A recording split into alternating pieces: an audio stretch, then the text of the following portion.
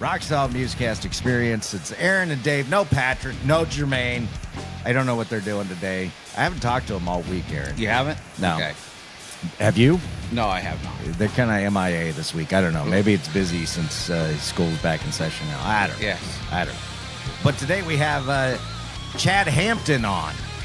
And he's from a little group called Altogether United. Altogether United. I didn't want to screw it up because I'm really bad with names. I tell everybody that. And I have the image of that that artwork that you have of the three faces, and it looks like it's AI generated. Am I right? That's AI? what it is. Yeah. Okay. Yeah. Have you noticed? I don't knock AI. If you listen to like the last show, I have a little thing about AI, which is, for independent bands and stuff, use AI all you want for the artwork.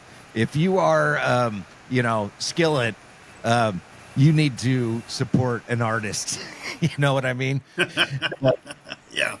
Yeah, don't use the AI, Skillet. You support an artist for that. But it's a cool album cover, and that's what stuck in my head, and that's what I feel album artwork should do. It should give you a visual for the song. So that's what it did. So mission accomplished, Chad. Yeah, I didn't create that. So if you look at the images, I'm the one in the middle, obviously. And then Steve, our bassist, he is on the left. And then Caleb, our new lead singer, he's actually responsible for that that artwork creation. He's on the right. So, God, I'm pulling it up right now, so I can put it faces to names. Let me see. Now rise up. By the way, really good stuff, man. Okay. And so the guy on the right is Steve, you said? No, left is Steve, right is Caleb. Okay. So right is Caleb, and who came up with the AI on this? Caleb. Yeah, that's what I thought, because he's got really chiseled. It's like he made himself a little more chiseled than everybody else. That's because he is more chiseled than everybody else. He's compared to Steve and I, he's a very slender guy. Oh, okay. All right. You know those guys with those chiseled faces, they don't grow beards like you and me and Chad here. No. We just try to contour our chisel. Yeah. You mean our chin? Yeah.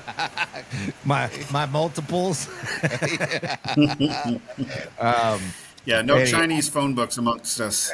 See, he went there, Aaron. It wasn't me this time. I was about to say it. I didn't do it. Oh, man. I didn't. Aaron's always cringy about me, what I might say. That's okay. And he's like, I don't know. I should have said that. Well, if I'm not mistaken, you and I actually have something in common, because I'm actually a Cali native. Oh, are you? From where? SoCal. I was born and raised in the OC and the IE. Okay. All right. The IE, I don't know. What's that one? Inland Empire. Okay. All right. So that would be... that's like Riverside County, San Bernardino County. Yeah. Okay. I have relatives in both Orange County and in Riverside. So I'm down there frequently during the year to visit them. And so love the OC. And so probably wouldn't live anywhere else in Southern California than Orange County. Yeah. I don't know. Well, I got to take a line from Dave from the Trey interview, in that he says something about, love to visit but didn't want to live there. Right. And that's kind of where I'm at, Yeah. I love to visit because I've still got family and friends there, but I don't want to live there anymore. Right. I do enjoy the OC, and I kind of fell in love with it's down there by San Diego. It's called Oceanside, right? Yes. Love Oceanside.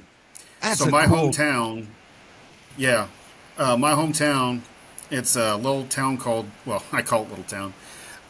It's a town called Hemet, and it's, if you guys know where like Temecula wine country is, Yep. it's about 25 minutes inland from Temecula wine country.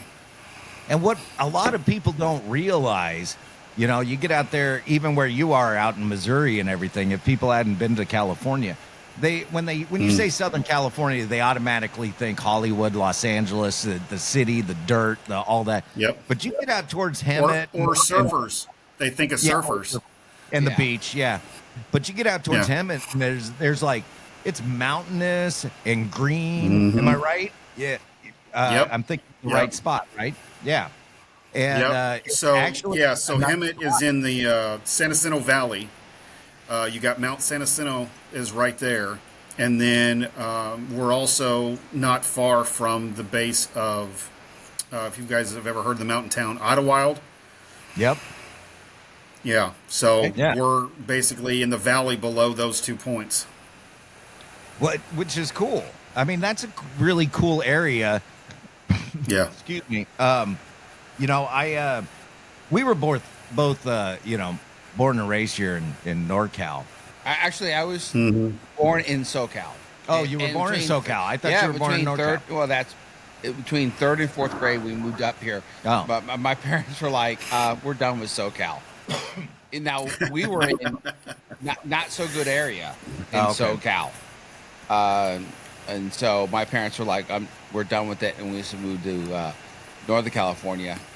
Yeah, there's a bit of a rivalry between NorCal and SoCal people, because SoCal people look down on NorCal people as kind of hicks and everything, and NorCal people look down on SoCal people like you just crazy living in that city with all the crime and the drugs and the dirt, and how do you do it?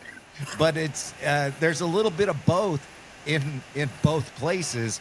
Now, there is. Being from NorCal, I find NorCal people to be far more sane, minus like the Bay Area, but far more sane than SoCal people. But I'm going to bet that SoCal people look at NorCal like the same way.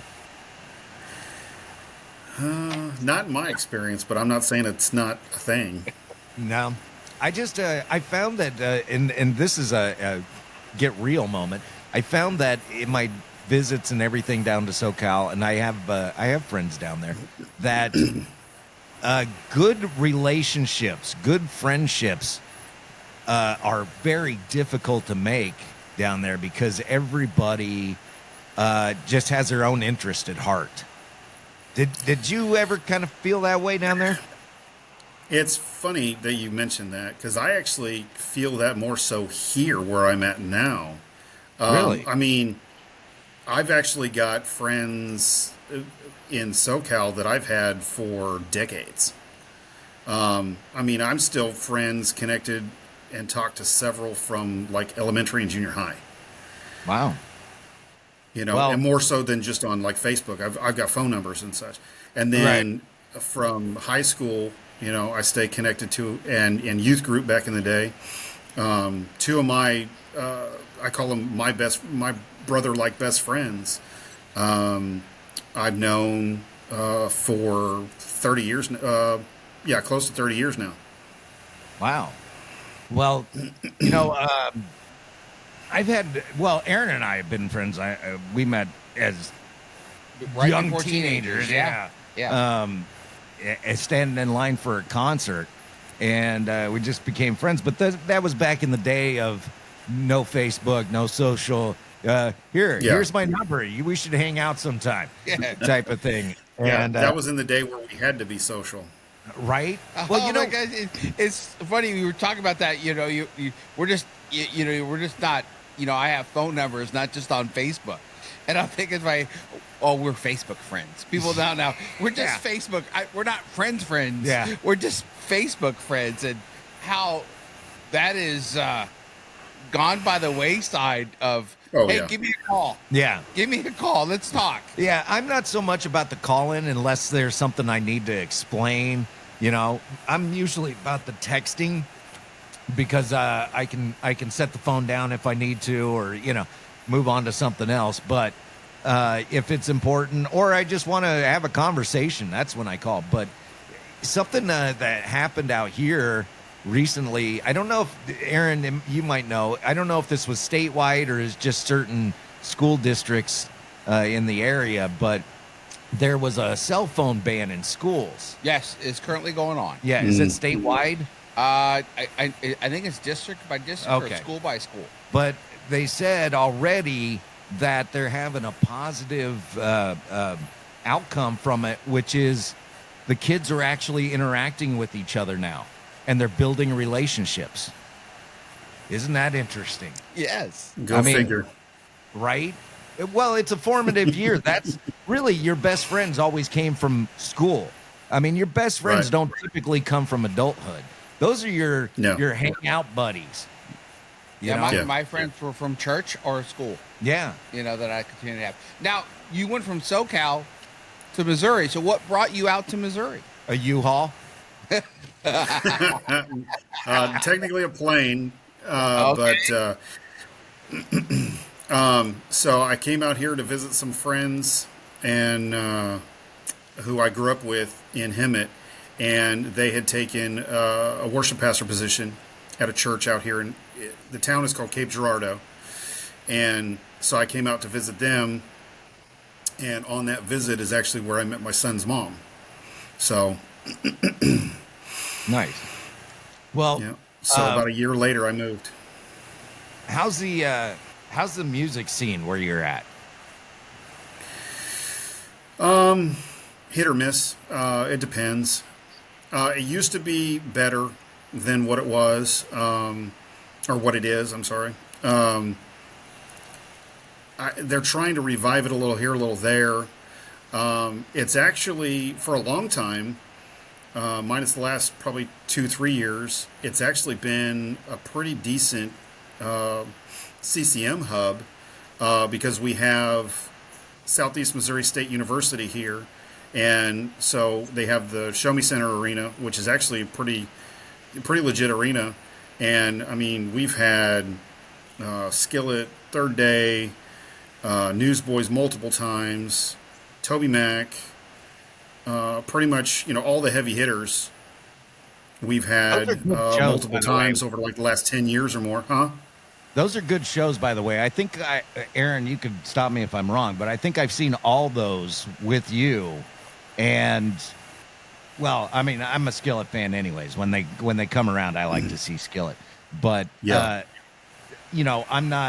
not one to turn on a Toby Mac album or Newsboys. I kind of like. It's hit or miss with me. I get a song here or there. I definitely like the Steve Taylor influence on the Newsboys. So I'm a big Steve Taylor fan. So, yeah. But they're all great shows.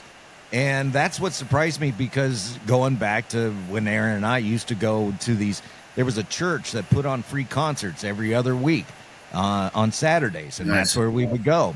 And it was, it was a lot of local bands, but it was also, I'm trying to think of some of the bigger bands that came through there that we saw, Res Band and Mylon Lefevre, and, some of the bigger bands they'd get as well. So it was just something we used to do every other week. And that's kind of where I was going with the, how's the music scene where you are, because you said you're a couple hours from Memphis and a couple hours from St. Louis. So I thought maybe, being smack dab in the middle, you might, get a lot of bands through there that are just, hitting those cities and that sort of thing. Well, we just had Newsboys here 3 weeks ago or so now. Nice. And they played, Did you go see them? I actually, my wife, who you met earlier, and my son and I have connections through their merch team, and so the three of us worked the show. Oh, nice. That's awesome. Nice. So, well, so what got you into doing what you're doing? I mean, when you were back in the OC, were you, you're the drummer, right? Right. All right. So were you banging the skins back in the OC, or did you pick it up when you moved? No. Or how did that work out? So, okay, sit back. This is going to be a little bit. So long story short, my parents weren't really supportive of me learning an instrument, because So a little bit of history. I was born and raised in the OC, but for 3 years, we actually moved to Springfield, Missouri. And then subsequently we ended up moving back. And when we moved back, their financial situation didn't allow them to actually live where they worked.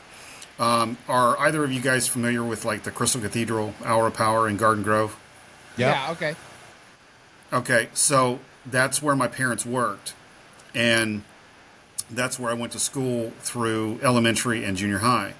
And so they couldn't afford to live anywhere in the OC, so we actually had to move out to the IE. So we were commuting an average of like 2.5 hours each way every day. And so that really didn't allow a whole lot of time to do much of anything. And then fast forward to second semester of 5th grade, the school started developing sports programs. So it was basketball for boys and cheerleading for girls. And I was always one leading up to that. You guys probably remember the heyday of when Saturday morning cartoons were actually legit. Yeah. And so for years there, I was going downstairs, and you guys remember the old style Dorito bags, you know, where like the color represented like what flavor. Yeah. Oh, back then. It was, Blue red for Cool nacho Ranch. cheese and blue for Cool Ranch, and so I'd kill a whole bag every Saturday watching Saturday morning cartoons. Well, Mom didn't dig that, so she's like, you're going to get involved in sports, because I wasn't raised in a sports family. Didn't watch sports, none of that.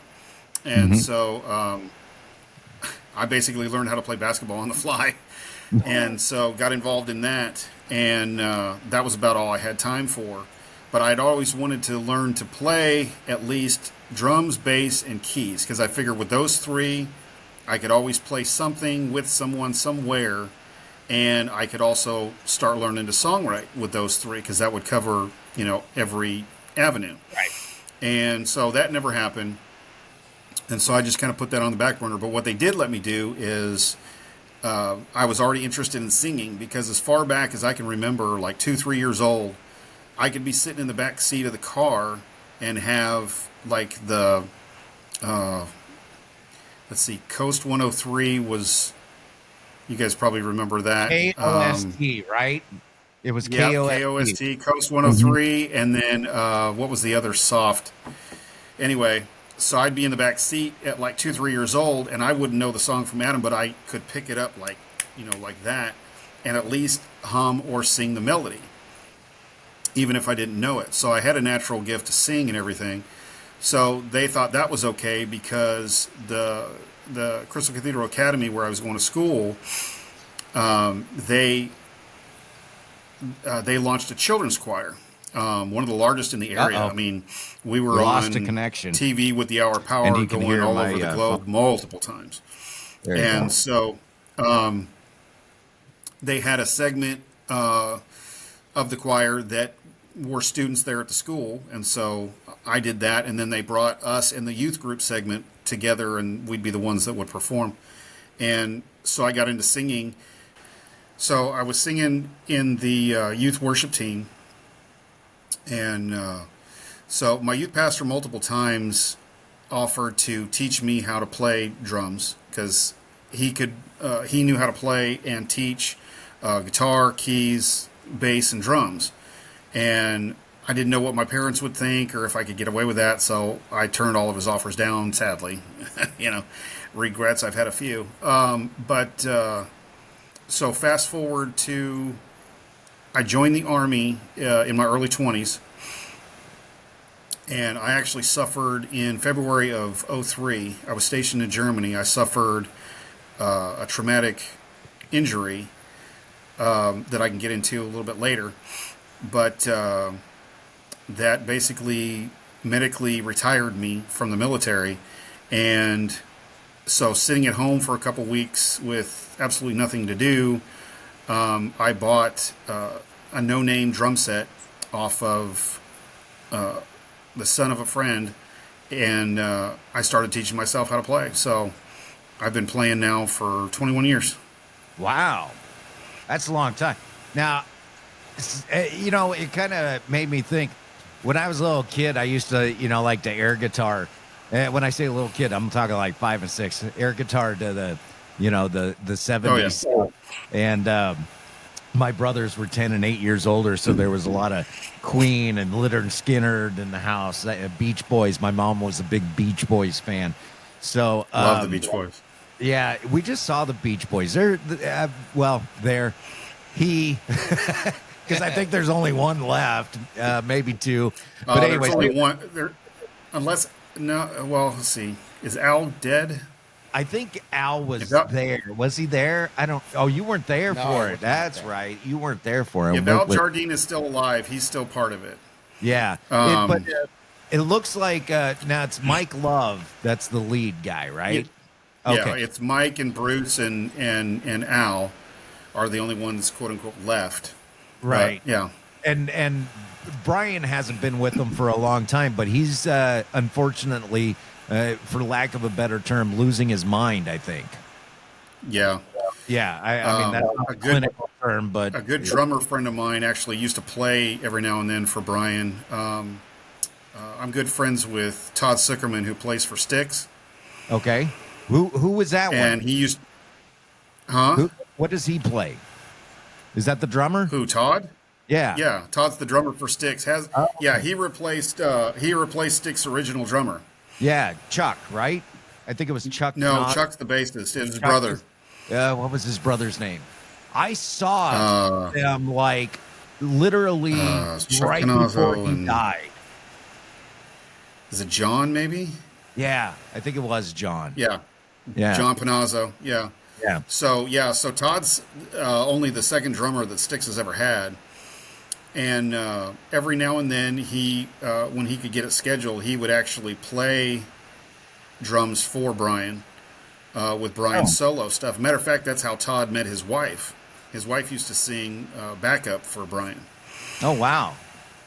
It's all interconnected somehow. I mean, musicians and DJs, the same thing. Not so much anymore with the DJs, but back then, I mean, you always knew somebody that knew somebody in the biz. Yeah. Oh, and I mean, I make people's eyes pop out of their head with like different people I know or connected to, or I have so and so's number right here in my phone. They're like, what? Yeah. Isn't that crazy? You know, I had a friend. I won't go into too much detail, but I had a friend, actually one of my close friends down in Hollywood, and I met this guy, and he was just, I mean, he was obese and sloppy and smoking cigars, and I met him at the Rainbow. And he invited me to sit at his table at the Rainbow, and I was like, okay, well, whatever. I don't got nothing else to do, so I'm hanging out. And he's telling stories of hanging out with Slash and Dave Grohl and Lemmy and all this. And I'm going, yeah, okay, sure, But all night long, people kept coming up and introducing themselves to me. And I went, wow, Los Angeles is far more friendly than I remember it ever being. And then, so as these people would come up, they'd talk to him, and he'd introduce me to who they are. You know, oh, well, this guy did this, and this guy did that. And I went, okay, well, whatever. And then at the end of the night, the lead singer of Puddle of Mud came up and introduced himself to me. Didn't talk to anybody else. Walked straight up and introduced himself to me. And nice to meet you, all that. I didn't know who he was. And my friend goes, oh, this is Wesley. He's the lead singer of a band called Puddle of Mud. I went, oh, no way. And then it clicked in my head. I went, this guy's connected. And he had owned a club in the like 70s and 80s. And among other things, he just knew everybody. And even, you know, he's passed. But even today, when I drop his name somewhere, oh, yeah, oh, my gosh, he was the best. So it's really interesting when you start to find out that, I guess where I'm going with this was, I always found it interesting when bands would replace, members so quickly with members of other bands. And I go, wow, how they must have met on tour or something like that. No, they're all hanging out in Hollywood together. They all know each other. They're all friends. And it's just really especially interesting. That 80s sunset scene. Exactly. it was interesting because we just saw Skid Row, and Lizzie Hale from Hailstorm did 4 shows, and she just kind of, like, you would never think that they were connected somehow, but you know, they're friends. Yeah, they all know each other. Oh, yeah. You help us out. Yeah, it's cool, the community that, you know, and the relationships that come out of those things. Hey, yeah, that's one thing that my producer always, or our producer, I should say, says about me in relation to ATU is that he calls me the relationship guy, because even he's pretty connected himself. His name is Jake Jones. If you guys remember the band We As Human, okay, you guys they came up under Skillet. Okay, I don't know We As Human. Yeah. Weren't they on Arden Records? Anyway, Jake was their rhythm guitarist. So, and then Jake and their lead guitarist, when that band fell apart, the two of them went off and they formed another band called As We Ascend. But Jake's fairly connected and stuff himself. So, he's done. He does a lot of video work and stuff now. Like he's done, let's see, I think the most recent protest video he shot, for example. So if you guys have seen the latest from the protest, that was Jake. He shot, I think, the last 2 Fozzy videos. You know, Chris Jericho's band Fozzy? Yeah. Yeah. I'm actually wearing a Fozzy shirt at the moment. Yes. Well, there you go. Yeah, and Jake's partner is actually Chris's personal photographer. She shoots Chris for all of his stuff, has for years, like years and years. Wow. But Jake always calls me the relationship guy. He's like, you know, ATU will only go as far as your relationships, you know, help take it. Because, you know, my interconnections go here, there, and everywhere. Just because I'm very conversational. I just like to connect with, you know, similar people, stuff like that. So, well, it's it certainly helps. I can't say it hurts, right? No, it doesn't hurt. It doesn't hurt at all. And I mean, like I've got some phone numbers still in my phone. I don't know if they're still good because I don't have the nerve to call these people. They don't know me. But my friend who's passed from, you know, Hollywood, he's like, here's this guy's phone number. Put it in your phone. We're going to call him later. And so I have like 3 or 4 rock star phone numbers that I won't use them, except maybe if I want to burn that bridge and get something funny out of it. I might go there. But they're locked in the chamber. You know what I mean? So the sunglasses, are you going for an image here? Because I'm thinking I should run out to my truck and grab my shades too. You can borrow mine. It couldn't hurt. You know, I used to be a fan of Howard Stern, and he talked about how, you know, he wore them because he was vain. And anytime I go, I should put mine on, I don't want to be Howard Stern, so I don't want to come off like that. But it's not a vanity thing with you, is it? No, it is a image-ish thing.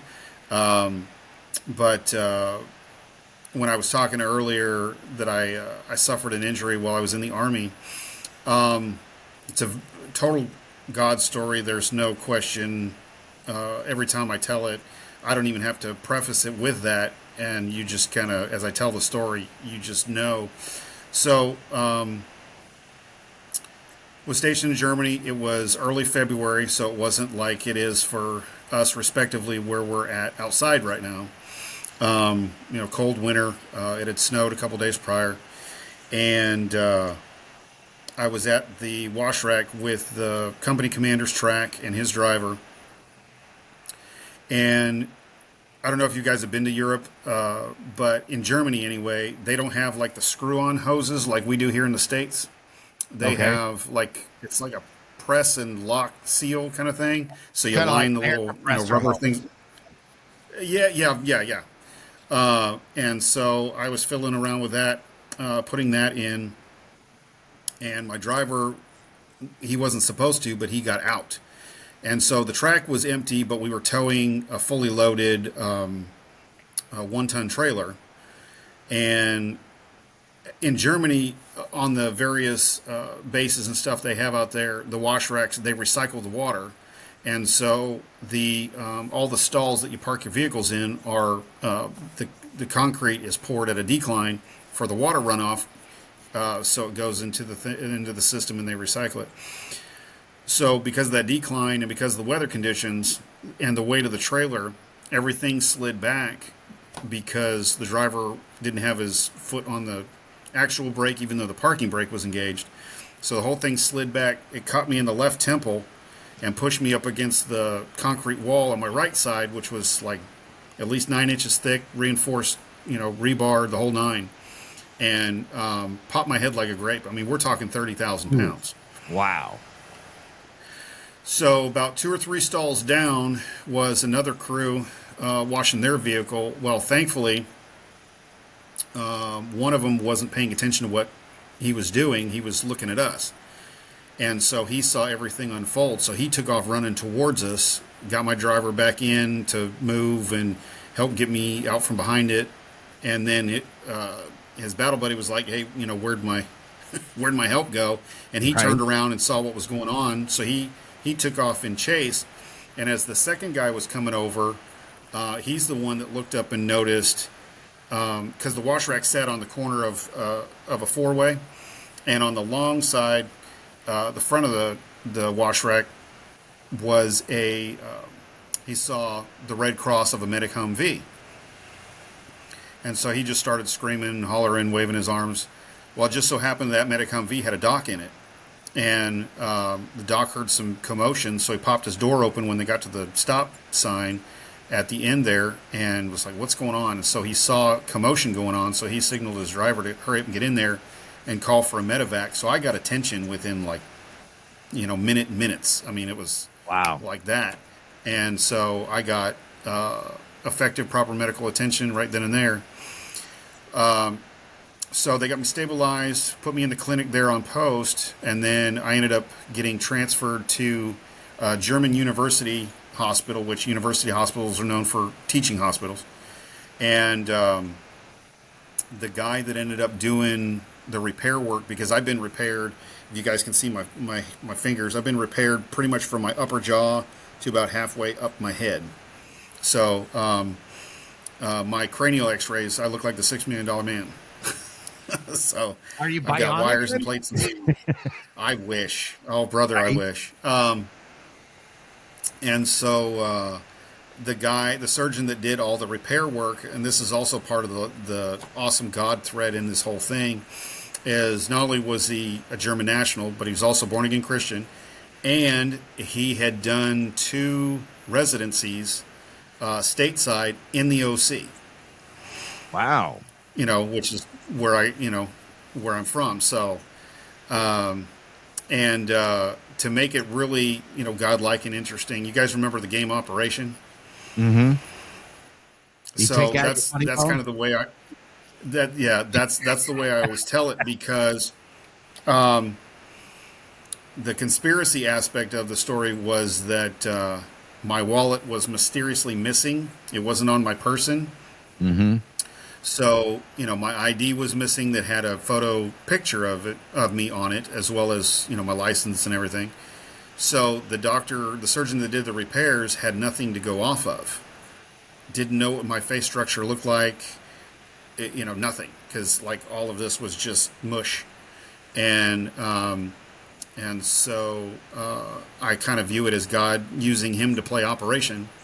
And to put everything back in place. And there's only 2 subtle differences on my face now that didn't exist beforehand.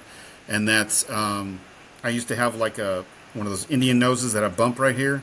So that's gone. And then my lower part of my eye sockets are a little bit more pronounced than they were before, because that's where a lot of the damage was done. And then I've got one little scar up here, and then I've got my trach scar here, and that's about it. Oh, there's people that have known me for decades that can't even tell. I wouldn't have guessed. They're like, yeah. I wouldn't. So all that to say, back to the sunglasses thing. I'm actually visually impaired. I've got no sight in my right and limited vision in my left.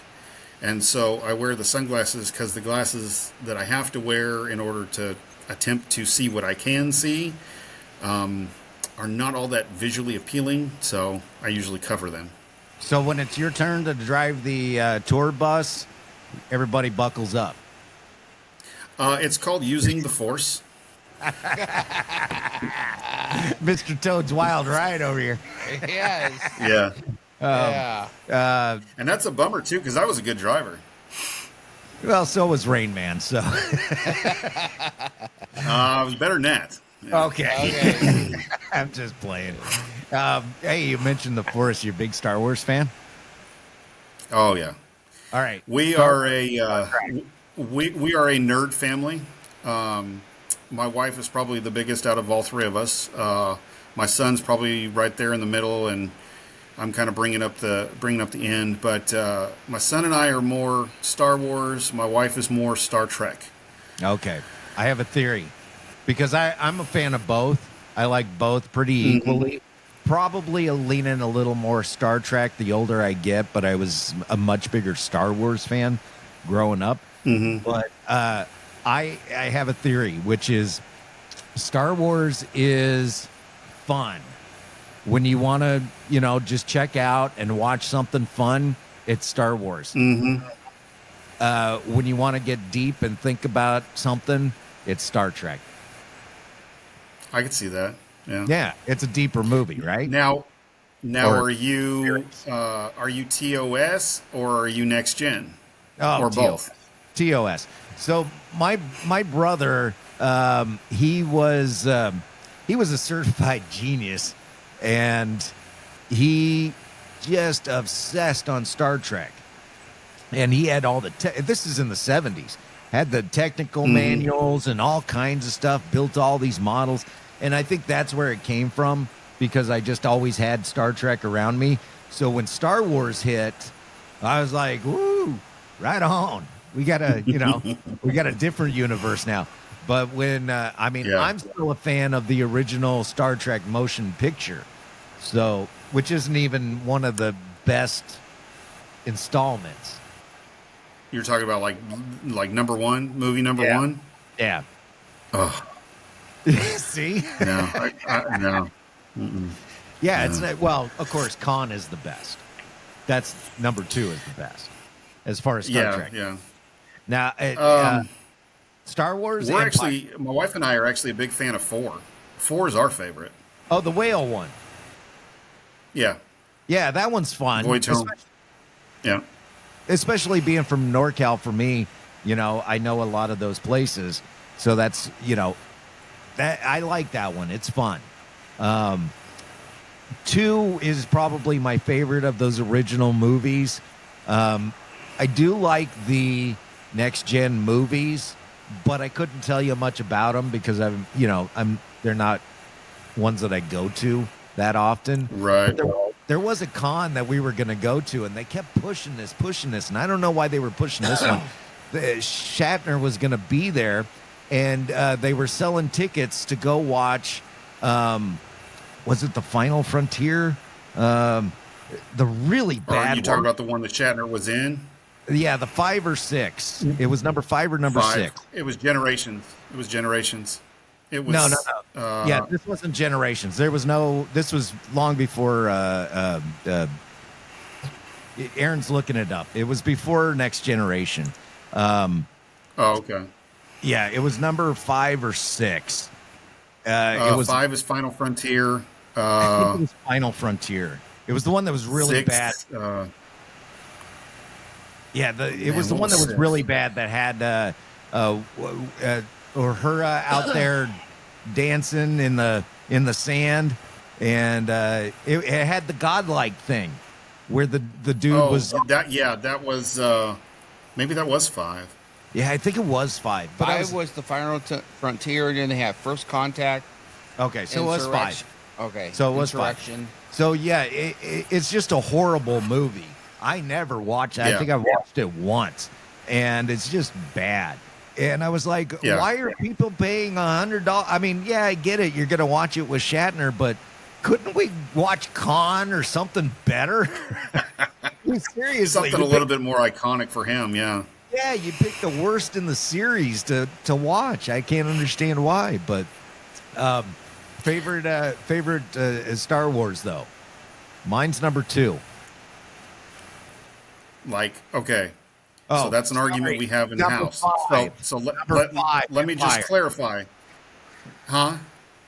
Number 5, Empire, because it was number 1 when I originally, or number 2 when I originally saw it. Now it's number 5.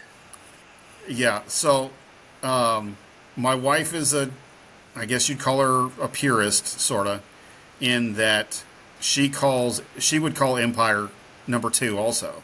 Okay. Even though I step in and correct her and be like, no, that's 5.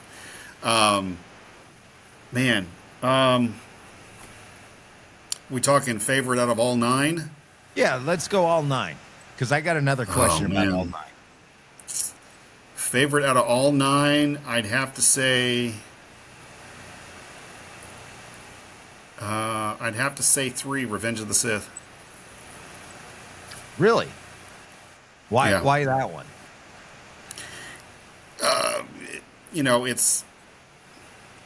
It's the birth of Vader. It's where Vader comes to be. So, I was really excited about seeing that when it came out in the theater for the same reason, because I was like, okay, the first 2, Jar Jar Binks. I like the pod. Everybody hates Jar Jar. Oh, so horrible. The pod racing was fantastic. That's one of my favorite Star Wars scenes. Yeah. 2, I can't even really remember. 2, what? That's the one where he was. See, I can't remember now. 2 or 3. Well, 2 is where like Hayden Christensen. It's no longer the boy. Right. It's Hayden Christensen now, and so they come back to guard Padme, who's now a senator, not the queen anymore. Okay, that's the one where they come back to guard her, and that's the one where they have the big chasing through the skies, and he's jumping off of the ship. Okay, that's what I thought. Okay, which that's pretty good scene too. My friend, he had a different theory. He thought that they should have combined 1 and 2 into the first one, made the third movie the second movie, and then you could have really built up that Darth Vader character in the third movie to take you into, well, Rogue One wasn't out at the time, but into Rogue One essentially. I don't think he's wrong. I could agree with him on that. Yeah, I could agree with him on that. I say this all the time. And as a bit of a purist, I would be okay with this. I'd be interested in seeing what your wife thinks about my theory as well. Since Disney bought it, I say redo the first 3 movies. Just kind of forget about those 3 and just, like, oh, that was the dream. She's not a fan of the first 3. I mean, she'll watch them. She thinks they're okay. But she didn't love them. I don't know. Well, from what I know, the stories I've heard and stuff, the way those 3 prequels went, see, for the original 3 that we all know, Lucas's wife was pretty much his sounding board. So, like, he'd write something, and then she'd kind of go through and, yeah, that works, no, that doesn't. And so that's kind of how everything got as perfected as it did. So, fast forward to those prequels, when those were being done, they were divorcing or divorced, and so he didn't have that same sounding board. So that's why a lot of Star Wars purists are like, they think those 3 are kind of really down compared to the original 3. And so if you went back and redid them, who would you get to write it? Because he's not writing them. Well, I mean, it's like, because I tie in 7, 8, and 9 with that, because it's like I go back and watch 7, 8, 9 now, and I'm just like, one, for my visual impairment and my preference, excuse me, it's hard for me to actually watch 7, 8, and 9 because of that new shooting style. I guess it's 4K or whatever. Mm-hmm. To me, they're so much darker in filming style, so I have a hard time even watching them. I can listen to them all day. But yes, they have, same characters, carryover characters, etc. But I'm kind of left scratching my head going, okay, how does this tie in? So it's like if you were to redo those 3 prequels, I don't know. Not that they necessarily tie in, because really the only connections you've got are, C-3PO, R2-D2, Vader's, what's the word? Origin, and Obi-Wan, and Yoda. It's like everyone else is kind of, they create stories to tie into all those characters. Let me propose something. 1, 2, and 3 redone by Disney with Kevin Smith at the helm. Oh, like Silent Bob, Kevin Smith? Yeah. Not because we're talking Silent Bob. That would be interesting. No, because he's a mega nerd. So, and he's a diehard Star Wars fan. He is. That would. I've got nothing against J.J. Abrams, but I think that would actually work better. Right. That's what I think. And look, J.J. Abrams on the Star Trek reboot, fantastic. Those are some of my favorite movies now, are the J.J. Abrams Star Trek, the Kelvin timeline. And I went, oh, what a fantastic, because I was wondering, I'm like, how do you explain Kirk and all? How are you going to explain all this? And they did it perfectly. They created the new timeline with the old characters. The actors. My wife had to explain that one to me because I didn't get it. Yeah, well, it's all right. I had to watch it a few times myself, but the way they did the whole thing was fantastic. Visually, that's what you want Star Trek to be. You want that glossy, shiny, Yeah. With the Star Wars, you're right. What made New Hope, Empire, really good Jedi. was Jedi. Even, and by the way, that used to be my favorite. As I got older, I got more into Empire, but it was gritty and dark because they were creating those things. They didn't have computers to make all those things. They were doing them by hands and tiny little models and stuff like that. So it still holds up, where like you can see a movie that had CGI from 10 years ago, and you can clearly tell it's CGI. You're like, it's so bad. Yeah. But New Hope still, there's the effects still hold up today, and that was the 70s. Oh yeah. They didn't have nothing. Well, it's funny. My 15-year-old, he'll look at something that like I grew up with. Like my wife and I have gotten him into like Dukes of Hazzard and A-Team, Airwolf. Old shows like that. Yeah. And a couple, when first getting started with it, he'd be like, "Dad, how can you watch this?" I was like, "What do you mean?" He's like, "How can you watch this? The quality, it's so grainy." That's what we had. That's yeah. So I was like, how can you tablets? Yes. Yeah. But yeah. So he does enjoy the shows.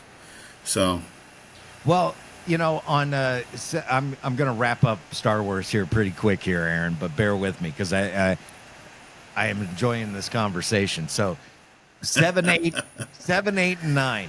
I'm going to tell you what I think. You tell me what you think. 7, 8, and 9. I was excited about Force Awakens, right? That was number 7, correct? Mm-hmm. I believe. All right. Yeah. And I like Rey. I think she's great. Disney went a little too far with every hero's got to be a woman or a female or a person of color or too much DEI in my Star Wars. It's okay. I can have a Han Solo. You know what I mean?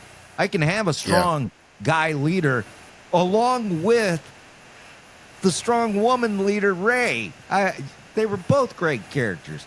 I hated seeing Harrison Ford trying to run.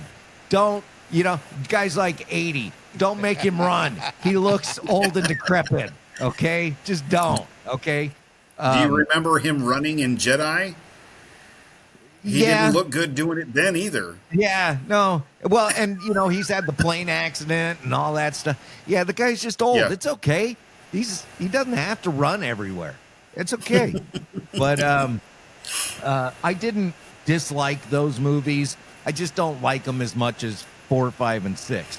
Now, I have an unpopular opinion. I liked 9. I liked the last one. I thought it was pretty good. I also liked Solo. Was 9 the one where... That was the one we went and saw on IMAX. Rise of Skywalker. Yeah.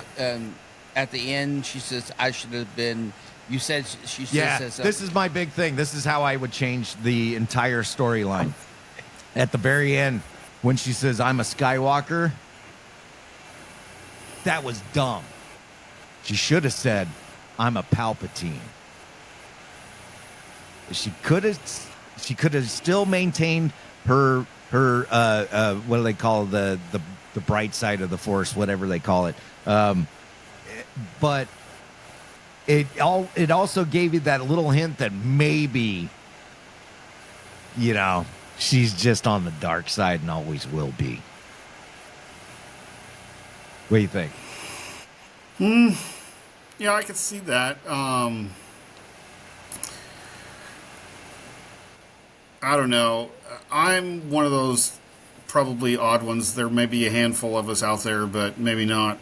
One of the things that I've always done ever since seeing the original ones too, I read the spiritual connotations and correlations in all the movies. Okay. And so I could see your point of her just saying, what she actually is, but I kind of put a unique spin on it that by her saying I'm a Skywalker is almost like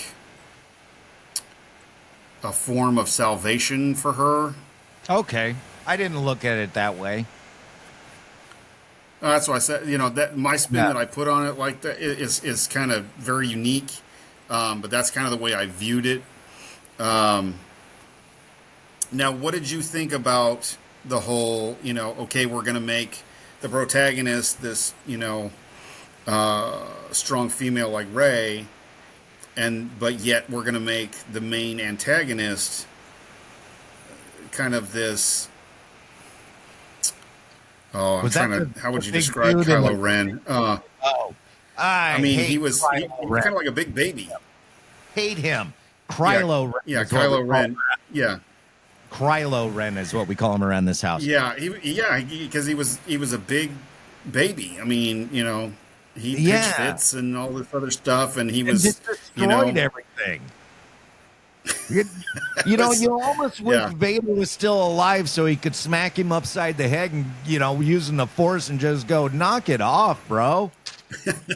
Giving me a bad name. He's like the Hunter Biden. He's just out there doing what he wants. Yeah. I what'd you think of Rogue One? Hated it.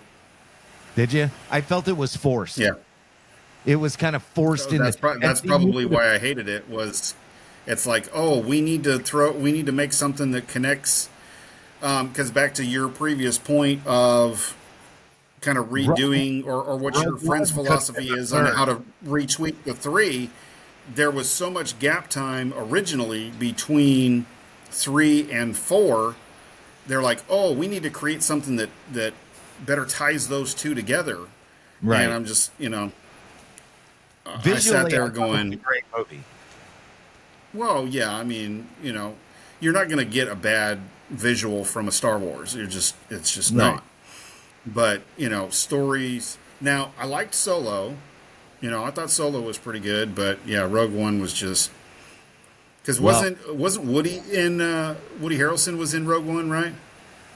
Yeah. Well, he was in Solo. He was in Solo. Oh, he was in Solo. Okay. Yeah. And I liked him, but I wouldn't use him.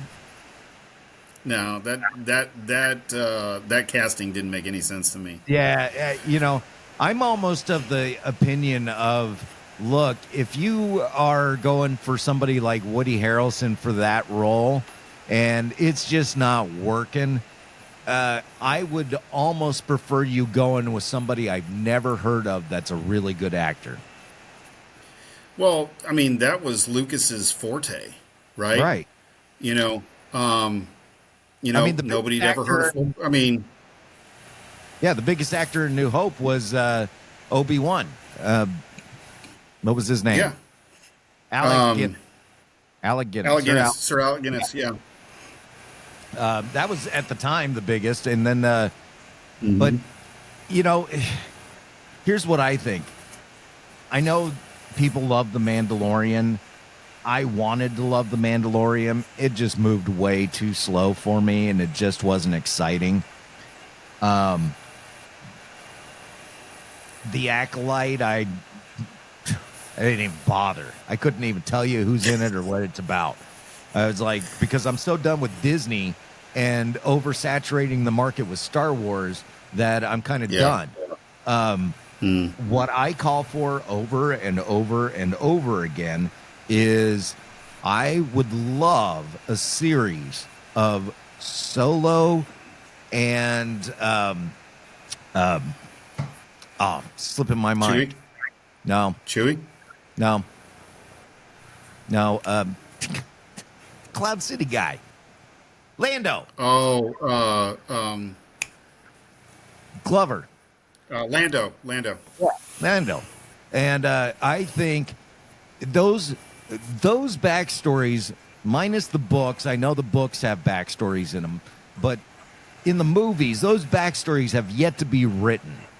And you can do absolutely anything you want with those characters. You can even make Solo into a really bad guy that has his redemption through Luke in the Star Wars movie, Well, if you know his backstory, he kind of was. I mean, Leia wasn't calling him a scoundrel for nothing. Right. So you could really dive into that, get gritty with it. And Glover as Lando was fantastic. He was the best. I mean, no, Billy D was the best, but he was the second best. Right. Yeah. I love talking my Star wife's Wars. back. So what did you want her opinion on? The scrubbing the first 3 movies and doing the first 3 as 1 and 2 put together. Number 2 should be the 3rd movie, and number 3 should be Rogue One, but more Darth Vader evolving. What do you think? What's your opinion? So that's like the ones you call 1, 2, and 3, right? That is 1, 2, and 3. Yeah. I think you could scrub them all. I'd be happy. Scrub all, really? Oh, yeah. Yeah, that's been her opinion for a while. She just pretends episodes 1, 2, and 3 don't exist. See, and I think that a lot of Star Wars fans would be okay with that. Yeah. I think they would. Yeah.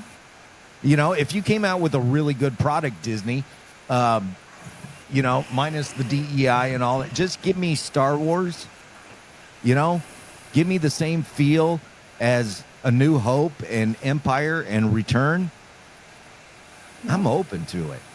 Again, as we end this Star Trek conversation, again, I don't mind this because when I talk sports with other guests, Dave's like, I'm out on this, so I understand. So I can talk sports too. I know. But George Lucas was the person that made Star Wars this. Going forward, you know, if we scrub 1, 2, and 3 and redo them, who do you want in charge? Because it's not going to be George Lucas. Who do you That's what want? I was saying earlier. Yeah, who do you want like this? I mean, I watch a show called Yellowstone, and he's got a couple of runoffs. He's got a show. Taylor Sheridan tells a great story. I'll watch about everything he puts together because he tells a great story. He knows how to put a show together. So who do you want going forward to run the Star Wars, what would we call it? The franchise. Who should lead going forward? 2024, you know, into 2025, the Star Wars franchise. For me, it's Kevin Smith. Okay. I think he does it with respect. He does it the way it should be done. And, you know, he's a big Lucas fan. He's friends with Luke Skywalker, Mark Hamill. Okay, Kevin, I know you're watching the show. I know you're going to be watching our show. You know, can you beg Disney to take it over? Yeah. Just for Dave. Yeah. So, Chad, Chad, who are you wanting to take over this franchise? Well, to interject, my wife thinks the Kevin Smith angle is actually, you know, not bad. Her first comment was, you know, Sheldon Cooper, but, you know, that doesn't exist. Who's Sheldon Cooper? From Big Bang. Oh. Yeah. Okay. I could see that. The character. Right. The character, not the actual actor, but yeah. No, I get it. Okay. Man. Joss Whedon? Joss Whedon, who did Buffy, Angel, and Firefly. My wife says Joss Whedon. Okay. That would kind of put the female edge on it, though, wouldn't it? I mean, those three that you just mentioned, those are followed by a lot of women, right? Am I wrong? I'm not trying to play sides. Yeah. Yeah. Yeah, I mean, Joss is followed by women, but he has male fans too. I mean, the shows though, are those more male followed or female followed or both?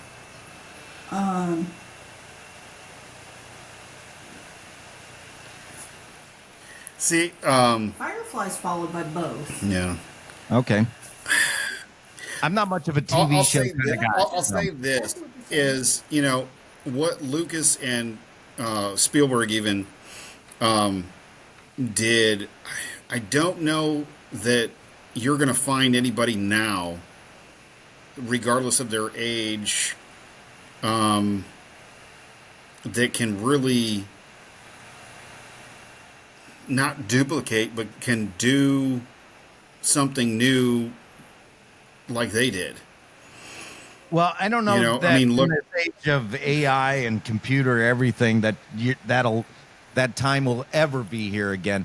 And you know, the only thing that I think that's part of the problem, because it's like you look at, like, you know, the Marvel universe and even some of the DC universe, the scripts are just bad.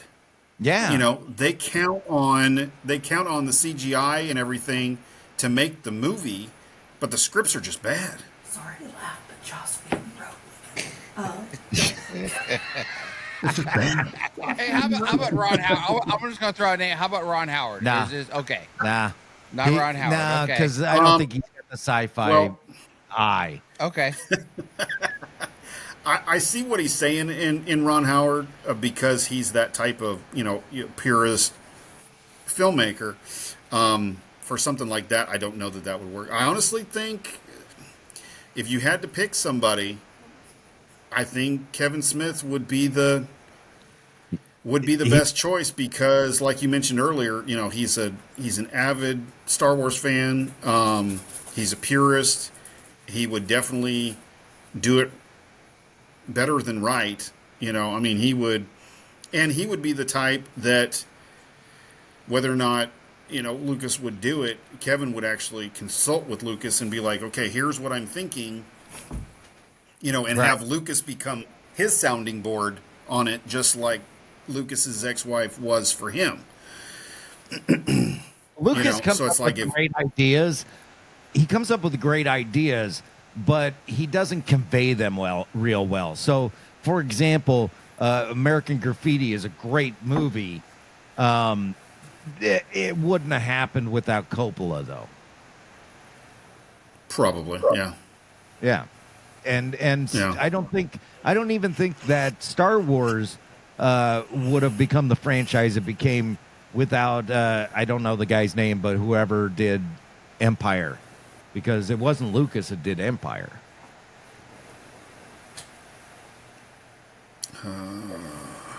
I don't know the guy's name. The director. Anyways, Anyway, yeah, it's all right. Aaron's like, get past the subject already. Yeah. You know, I know we've gone a long time about Star Wars here, and I want to wrap this up here pretty quick. well, again, I want to get back. You're single now. Yeah, we need to talk about your music and what you got going Rise on. Up. Tell our listeners about the song. Now Rise Up and how that song came to being. That song was actually written by our former lead singer. So that song came to be in 2022. Let's see, it was late spring, early summer is when I got the first kind of rough cut demo by our former lead singer. His name's Matt. And, he put something together at home with some vocals, and he used his Pro Tools to mix something down and just kind of send us a basic idea. And I instantly gravitated to it the way it was. And so fast forward to his departure in October of 22. And on his way out, I asked him, and our producer Jake asked him if we could have that, because at the time of his departure, we had already started tracking. We had 75-80% of the song done at the time of his departure, and Jake and I were executive producing it. We had all the guitars, the drums, and some of the backing effects and stuff down. And so we kind of sat on it. And then when we brought Caleb in, that was in July. No, that was in August of last year. And so when we started talking new music at the first of this year, around the first of this year, I presented that one, and he's like, can I lyrically tweak it a bit and make it a bit more the vibe and stuff message-wise that we were going for as of Caleb's arrival. And so, sure. And so he kind of did up something, I want to say a week or two tops. Is what it took him, and to add his part that he wanted to add, and then he presented it to us, and us being myself and Jake, our producer, and we both gravitated to it like that. We're like, yeah, because what Caleb did was he retooled the bridge and made it more anthemic. Because he wanted to create a scenario that when we play it live, it gives some very easy lyrics for the crowd to sing back and do like a call and response kind of thing, or for them to just sing it while, Caleb's holding the mic out there like, hey, you sing. One of those kind of situations. And it got into Jake's head so much that he found himself days upon days just singing it in his head, because that was like the most sticking part of the song to him. And so we moved forward with it that way. We got the sign off by Matt and everything, and so Caleb went and recorded his vocal parts, and then Jake finished putting it together. And I don't know if you guys know who Nine Lashes are. They're friends of mine, have been a long time now. And Jared from Nine Lashes, he actually took care of the mastering and stuff. And so when Jared got it back to us, we were like, oh man, this is it. Oh, so where does I wanted to throw out real quick, while I was listening to your stuff this morning, because I didn't hear anything like super hard rock. That's not what you guys do, right? No, that's not what we do. Mm-mm. Okay. Where I'm going with this is, another unpopular opinion here, I'm not a big fan of worship music. It was I heard that in the Trey interview. Yeah, even as a little kid, I was just like, I couldn't connect with the music in church. And hey, pastors listening out there, this is what you need in church. I connected with it, and that's what your worship part of your service should be like. For at least for people like me, I could connect to it. Right. It was very good. I liked it. I as well as others, a couple other musician artists, friends of mine, in the Christian market, their names will remain nameless, but I'll put my name to it. I'm bold. I actually have almost an identical take as you. That is probably one of the things I struggle with in church the most, probably over the last, easily probably 15, maybe almost 20 years, is that's the part of the service that I struggle with, because I don't know if it's the songs, like you were saying. I don't know if it's the style. I don't know if it's the presentation. I don't know if it's a combination. But that's, that. Yeah. And I know, I know I need to come to terms, with it to some degree, but I have talked to others who feel the same exact way. And in fact, I was talking to one, this was, a couple years ago, but we were having this very conversation, and he's like, because I said something to the effect of, it's like if I could get to church late and come rolling in, when they're like doing announcements and tithe and offerings, and, when the worship set part is over, and just come in for that part in the message, I think I'd be okay. Yeah. And he's like, oh, sorry. Yeah. Go ahead. Oh, no, go ahead. My friend was like, me too. He's like, there are times where I just hang out in the lobby and drink coffee, and then when that part's over, then then I go in and sit down. Yeah, and, I think pastors are missing out here, because I went to church. I started going to church, when the hymns were sung with the organ and the piano, and then as I got older, it was like, oh, they added drums and guitars and stuff. This is going to be cool. And it was like, it's just the same stuff with a fuller band. At least I'm just talking from my own experience. And I don't know, I just never really connected. And it truly is a message to pastors out there. It's time to step up your game a little, step up the worship a little, because people will connect with something that's a little more modern, and it's not edgy in the in the realm of it's a hard rock thing. It's just a little more. It's a little more CCM, and I always looked forward to when somebody would get up there and sing a song that they wrote, Or, you know, if you remember back in the 80s and 90s, you could go into the Christian bookstore and you could buy the track to like Amy Grant's, you know, whatever, and they would sing that in church. Those were the moments that I connected with the music. Everything else, I just couldn't. It just never did anything for me. Well, let me pose this question because I'm curious to see what you two think. On the same, on the same topic, but a different aspect of it.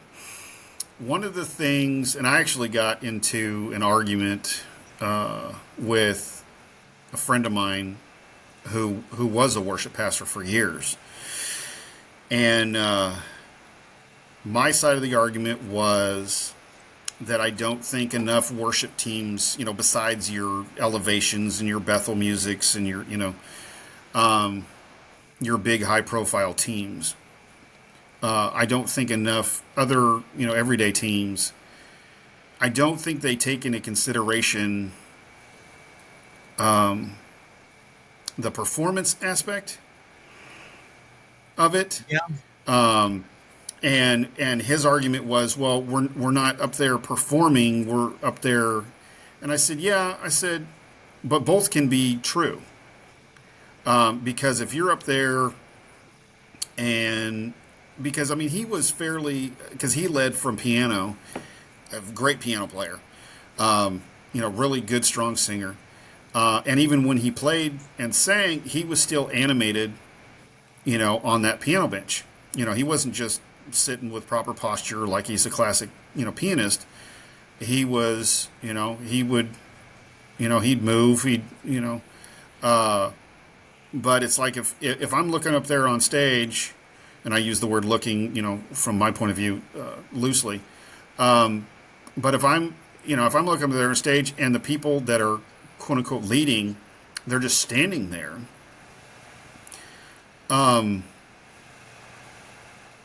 They better be an incredible singer, because I'm just like, okay, why are we just standing here?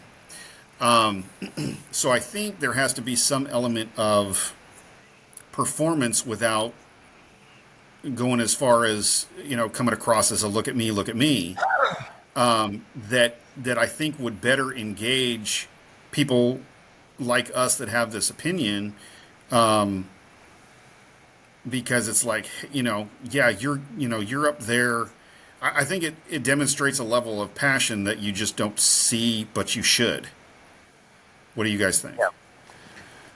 I'll let you go first, Aaron, because what I'm going to say, I'm going to wrap it up with. So okay, go ahead and say what you're going to say. Well, I think the job of the worship leader is to bring the congregation into the realm of heaven. And however you do that, you do that. Luckily, at my church, we have a great worship leader.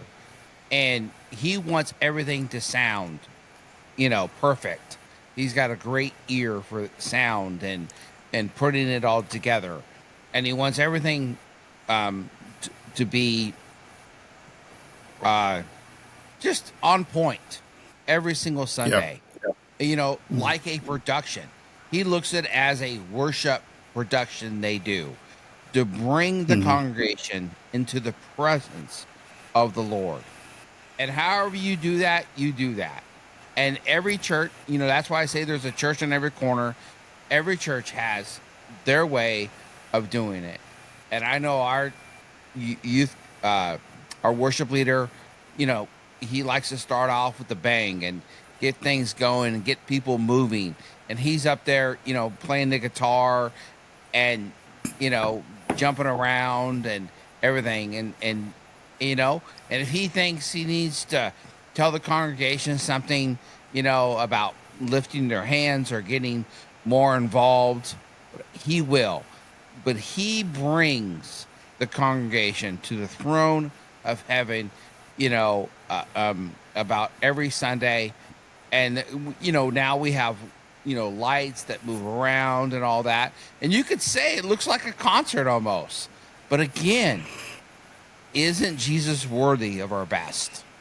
And that's what you have to do. You just, as you said, you just can't get up there and, oh, it's worship time, let's go.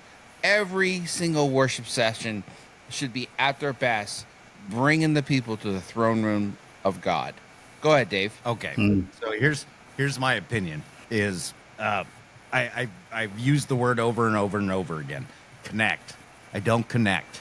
And if I'm not connecting, there's got to be other people out there that aren't connecting either. And you need to connect with the person who is new there or, just walked in off the street. You don't necessarily need to connect with Aaron. Aaron's going to be there every week. Do you see where I'm going with this? Yeah, but I disagree. No, okay, but you know what I'm talking about. You know what I'm Yes. talking about. Okay. Yeah. Here's what I have to say, with all due respect to your worship leader, Chad, is when he said we're not performing, I would disagree and say yes, you are, because you got a church full of people that you're performing in front of. And you're performing in front of God. That's right. And here's where I'm going to wrap it up. God gave rock and roll to you.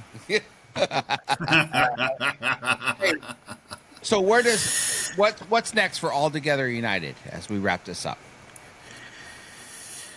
We are actually going to. Caleb just dropped this idea to me a little while ago. We are going to relaunch, or we're going to put out an EP. Our goal is next month being October, just in case this airs at a different time. And we're going to reintroduce the material off of our Anything is Possible EP that we released back in 2020. But it's going to be Caleb's voice. We're going to, tweak it a little bit and kind of make it new styling of where we're going. And it's going to be called Reborn. And then we're going to be working on putting out a full length next year, all new songs. We'll probably add Now, Rise Up to it, but it'll be all new songs. We're actually getting ready to, any day now, start working with my friends Nine Lashes. They're going to be producing a song called Tear It Down for us. The goal is to have that done by the end of the month. And hopefully that can be the next single that we release next month. And our goal is we really want to start connecting with other artists. We want to spend the next 18 months to 24 months really connecting with other artists, acting as tour support, opening act, stuff like that. I've already been in contact with Aaron Michaels. I've been talking to another guy, Kenyon Gray, even hooking up maybe with Josh and the Protest, just getting out there with other artists. And because my goal is, I don't think the indie side of the community connects as well as maybe the major for whatever reason. And I think if we can get the indie side of the community stronger, more connected, I think that would be a better support system to get music and artists that aren't being heard but are just as good as many of the majors. If we can be kind of more a supportive community for one another and help support each other and get ourselves out there and help get them out there, I think that's really going to improve the indie community side of the industry over the next 5 years or so. So, cool. Well, since he's got something going called Reborn, you should connect him with Reborn. Yes. You know the guys in Reborn? No, I've heard of them, but I don't know them personally. Well, Aaron can set you up with numbers and everything. Great guys. Yeah. Great guys. Thank you for coming on. Now they're harder rock, right? Yes. Yeah, a little harder, but I could totally see you having a supporting act position. Yeah. At a show. I'm down. Yeah. And so you guys would fit just fine. together in a show. Same hearts, just want to follow Christ and lead others to Him. Yeah, is your heart, and well, and that's one thing that that we kind of turned the corner at the beginning of this year. We sat down and had a heart to heart, and we don't want to be one of those artists, Christian artists, that lyrically or any other form, we don't want to beat you over the head with the Bible. We want to leave that for Striper. Huh? I said leave that for Striper. yes, Yeah, I mean, because we don't want to risk closing potential doors and being able to reach people because we have a specific label or a label's been put on us. We want to go where the people are at, where we can reach them. Now, we're not going in and we're not going to hide it, but we're not going to quote scriptures from the stage either, per se. We want our message to be clear to anyone and everyone. One of the things that Caleb came up with in that heart to heart was, and now it's left me. We want to eventually become the band that the non-saved people bring their saved friends to. Say, you got to come check these guys out. It's like that's the vibe we're going for. All right, cool. So how can they? It's like we want anyone and everyone. So yeah. So you're on Facebook, Instagram, Instagram, YouTube. We are on TikTok. I can't remember the link right now off the top of my head. My son actually got us started on that. But we can be hit up anywhere. We have a brand new website that Caleb designed, www.atumusic.com. That's great. All right. So Chad, all together united. Thanks for hanging out with us today and talking Star Wars. Loved it. Yes. Star Wars, Star Trek. Yeah. Yeah. All right, man. Well, cool. I appreciate you coming on. Nerd Nation Unite, right? Oh, yes, Nerd Nation Unite. I feel a new podcast coming on, Aaron. Nerd Nation Unite. All right. I get royalties on that now. Okay. All right. Credit goes to Chad. Yes. Royalties, I don't make any money, but, you can have all the credit you want. It's free. I'll take it. Hey, happy trails, everybody. Happy trails.